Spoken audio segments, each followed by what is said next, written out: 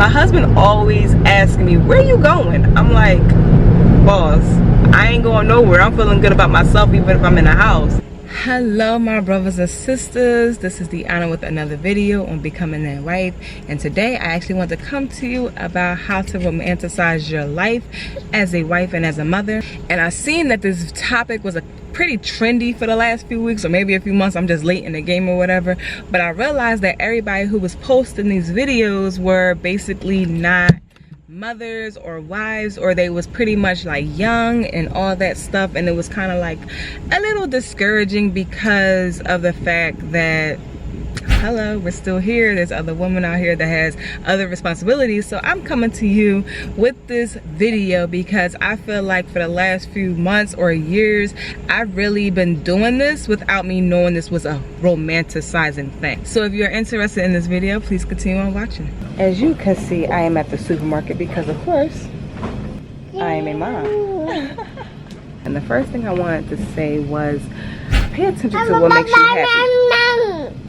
And I mean really, really, truly happy. If you're the kind of mom who likes a clean house and she feels weird with her house not being cleaned and stuff like that, then by all means do that. But if you're also a wife or a mom who likes to get her nails done, her hair done and all that stuff, and cleaning the house is not a top priority, it's just one of those things that you cannot be superwoman. You cannot do everything.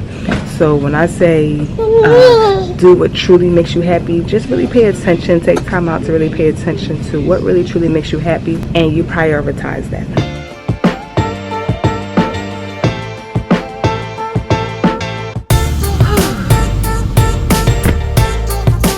Which goes to my next thing is prioritize your duties, prioritize your tasks. Please do not run around like a chicken who cut off their head, trying to clean everyone's mess, trying to fix everyone's problem. Unless it truly makes you happy, please prioritize your day. Get as productive and get productive tools. I have a video that you can check out. It will make a huge difference, especially if you want to romanticize your life. You definitely want to make sure that you are progressing in your life and make sure that you are feeling good about yourself. Which is going to my next tip, is invest in good quality items to help you improve your life, to help evolve your life. I literally just invested in an iPad. It's actually been great, you guys. So yeah, I am learning to invest in myself, invest in my productivity, invest in my lifestyle. I even invested in a water dispenser because I love drinking so much water. I got tired of using up space in my refrigerator. I invest in good quality products to make sure that my lifestyle is continue on improving and that I am happy instead of keep buying some over and over again because the quality sucks. You know what I mean? Give me a like if you know what I mean, or comment down below. Make sure that you subscribe real quick though. Another thing that made me realize that makes me feel good and romanticize myself is eat good food. Eat holistic, eat very good quality meats, eat good fruits, check your food, check your solids, make sure it ain't all out to date and all that stuff. So yeah, make sure that you eat good food and you'll feel good about yourself, trust me. Get dressed up. Get prepped for the day. Do not sit in your pajamas all day. I make sure I put my jewelry on. I wear my rings. I even put a little lip gloss on, just whatever it takes for me to feel good throughout the day. My husband always asks me, where you going? I'm like, boss, I ain't going nowhere. I'm feeling good about myself even if I'm in the house. So I'm not saying you gotta put a full set of makeup on and all that stuff, but just make sure you put yourself in a position to always be prepared to go outside, to always feel good about yourself. You only have one body, so why not take care of it to your best of ability? Another thing that made me realize that I was romanticizing my life was I created spaces throughout the house for me. Certain areas create certain moods, and I realized years ago that I wanted to create paradise in my own home.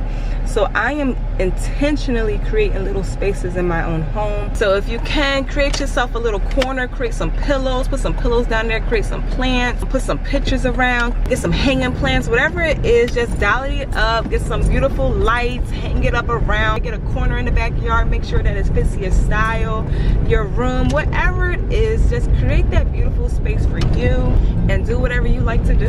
Which leads me to my next tip, appreciate your loved one. Life is not not beautiful. Life is not romantic. Life is not any of that if you do not love or appreciate your loved ones. Enjoy your loved ones. Hug them the most. Hug them when you can. Kiss them when you can. And the reason why I'm so enthusiastic about it is because I was the one who kind of didn't care too much about all of that. And I just had to check myself one day and just start being able to receive even the romance that's in my life. And romance is not all sexual. It's really just that emotional area in our life that sounds so cute and looks so pretty on TV. But in real life, it's like a whole different story. Like down below if you know what I mean. But yeah, just appreciate your loved ones. Receive their love. Embrace their love, embrace your kind of love, and just spread the love all over. So yes, appreciate the loved ones in your life. So before you do all that though, make sure that you create a self-care routine or implement self-care tasks throughout the day. Like in the morning, have a self-care routine, which I definitely created not too long ago, and I am loving that. Having face care, nail care, tea care, workout care, all that good care stuff. I definitely talk more about that. Make sure that you subscribe, of course, blah blah blah. That's the only way you're going to feel like you are about yourself, when you take time out for yourself, which is my next tip. Demand that time for yourself, child. Let me tell y'all something that I just did that was very, very risky and such a challenge, but it is paying off, you guys. I slept trained my daughter, and it got to the point that it was dealing with my mental health, and I was just like, yo, I do not have not 1 second to myself. I can't put her down for a nap without her crying. She can't go to sleep without me being beside her, and of course, you need that time to yourself. So I literally had to put my foot down and say, okay, I'm gonna sleep train my child. And now I got like literally 3 to 4 extra hours in my day. Like, it's crazy. Even if you're not a mom, you may be catering to some folks. You may be overworking yourself at work, whatever, or picking up double shifts. I don't know. I don't know your priorities. Make sure whatever you do it for yourself, and make sure that you get that me time regardless of what it is. I have a whole video on self-love tips, so make sure that you check it out. I don't have to like run down all the things I think you should do, but definitely create that me time. I know another thing that I started doing romantically for myself was light candles. I light candles when I get out the tub at night. I have it lit already before I get in. And I'm not a candle girl, but I do think it does set off a good mood, a good setting. Also, another thing I think you should do, you girl, is get off social media. Although you watching me on a social media, which I appreciate you, girl, sometimes watching other people's life too much can destroy your self-image. And I know I take breaks from social media. Like, I don't be all on it at once. Like right now I'm not on Instagram, but I may be on Facebook, managing my Facebook group, but I don't even scroll through my newsfeed that much. Or I might be on YouTube looking up some videos, or I might be on Pinterest. I learned that years ago to discipline yourself from being on your phone too much, but I am starting to use it for more business purposes, so it's kind of like an investment. But I do be intentional of why I'm going on my social medias. So I will say that, maybe not get off, but be more intentional of why you on social media. Definitely limit your time. If you're only going to be on it for 5 minutes, really be on there for 5 minutes.